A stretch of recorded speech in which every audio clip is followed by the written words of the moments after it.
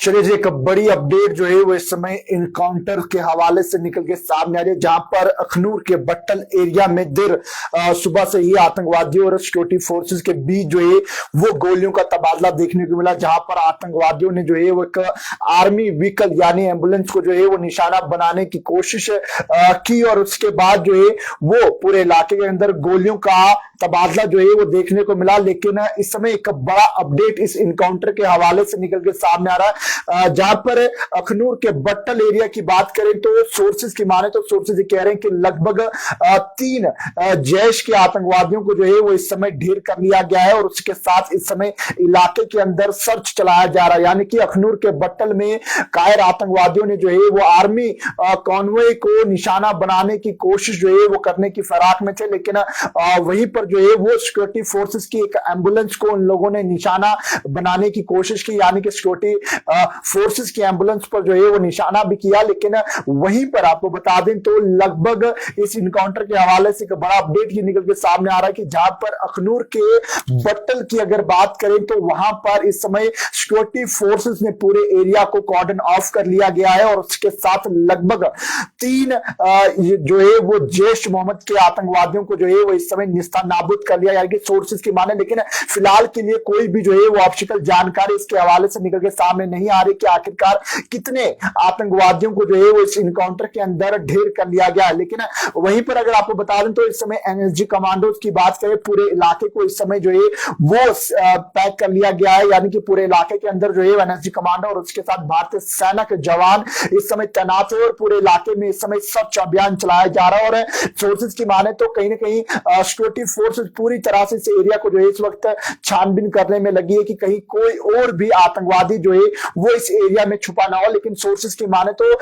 Sources ये कह रहे हैं कि लगभग 1 से 2 आतंकवादी और छिपे होने की आशंका जो है वो भारतीय सेना को है, इसलिए पूरे इलाके को जो है वो इसमें खंगाला जा रहा है। लेकिन फिलहाल के लिए सिक्योरिटी फोर्सेस के जवानों ने कोई भी ऑफिशियल जानकारी नहीं दी है कि आखिरकार कितने आतंकवादियों को इस समय मार गिरा है। लेकिन तमाम एंट्री और एग्जिट पॉइंट्स की अगर मैं बात करूं तो पूरी तरह से इस वक्त जो है वो पैक कर लिया गया है और तमाम जगहों पर इस समय सिक्योरिटी फोर्सेस के जवान तैनात है और बिल्कुल सिक्योरिटी फोर्सेस के जवान फ्रंट लाइन पर डटे हुए कि जल्द से जल्द इन आतंकवादियों को निस्तानाबूद किया जाए। लेकिन वहीं पर अगर अखनूर इस क्षेत्र की बात करें तो एलओसी के पास का इलाका है जहां पर सिक्योरिटी फोर्सेस के जवान डेली बेसिस पर जो है वो कॉन्वॉय निकलती है जो अलग अलग एरिया के अंदर जो है वो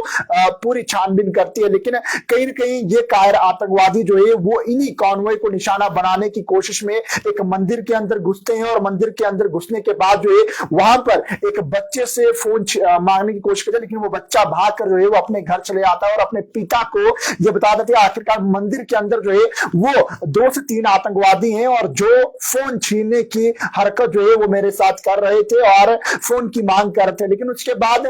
वहीं से जो है ये बताया जा रहा है कि जो सोर्सेज से बात हुई कि लगभग